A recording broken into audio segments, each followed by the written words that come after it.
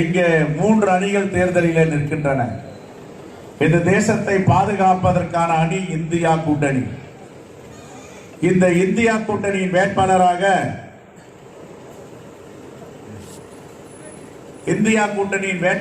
அண்ணன் திருமாவளவன் இருக்கிறார். எதிரே நிற்பவர் யார்? ஒருவர் பாஜக, இன்னொருவர் அதிமுக. பாஜகவை சேர்ந்த மோடி அவர்கள் 10 ஆண்டுகளுக்கு முன்பு என்னென்ன வாக்குறுதி கொடுத்தார்?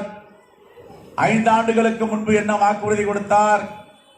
எந்த வாக்குறுதியாவது நிறைவேற்றி இருக்கிறாரா? அவரை நாங்கள் பார்த்து தொடர்ந்து கேட்டுக்கொண்டு இருக்கிறோம். மோடி அவர்களை எந்த முகத்தை வைத்து வாக்கு கேட்க நீங்கள் தமிழ்நாட்டுக்கு வருகிறீர்கள்? தமிழ்நாட்டுக்கு செய்த துரோகம் கொஞ்சமா நெஞ்சமா? துரோகம் அவர் செய்தார் என்றால், தமிழ்நாட்டுடைய உரிமைகளை மோடி பறித்தார் என்றால், அதற்கு துணை போன இயக்கம் அதிமுக. நம்முடைய உரிமைகள் எல்லாம் பறிகொடுத்து விட்டார்கள். பாஜகவுடைய தலைவர்கள் என்னென்ன சொன்னார்களோ, ஆட்சிக்கு வந்தா 2014 பிப்ரவரி 7ஆம் தேதி திருச்சியில பேசுறார் மோடி. எனக்கு 6 மாசம் கொடுங்க என் ஆட்சியில் அமர்த்துங்க. 6 மாதம் ஒரு வாக்காளர் வங்கியிலும் 15 லட்சம் ரூபாய் நான் வந்து சேர்க்கிறேன்.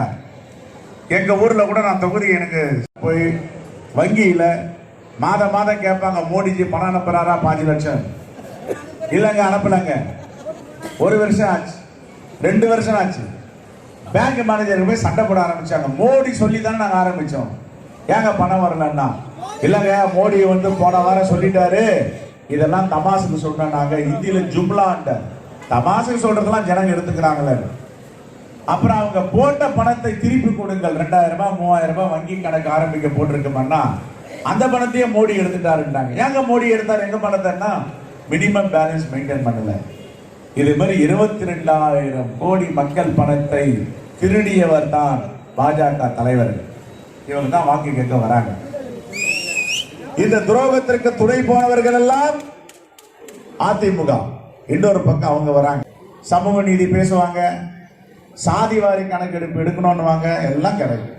அந்த கட்சி ஏற்படுத்தப்பட்டது சாதிவாரி கணக்கெடுப்பு எடுத்து சமூக நீதி நிலைநாட்ட வேண்டும், அவர்களுக்கு உரிய உத்தரவாதத்தை அளிக்க வேண்டும். எல்லாருக்குமான கட்சி காங்கிரஸ்.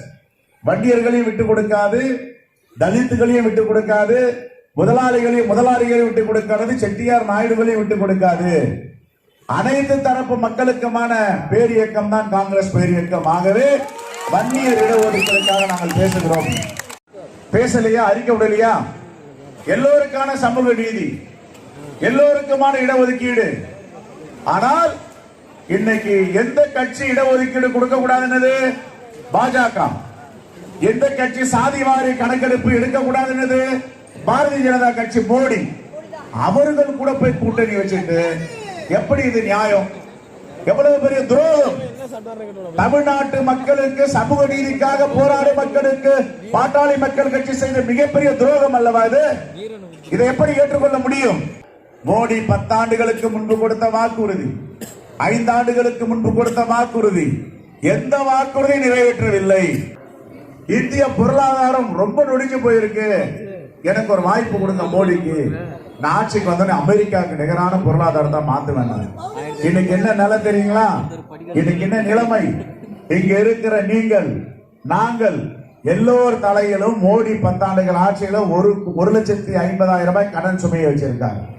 இந்த கடன் எதற்காக வாங்கினார்? யாருக்காக வாங்கினார்? மக்கள் நலன்களுக்காகவா?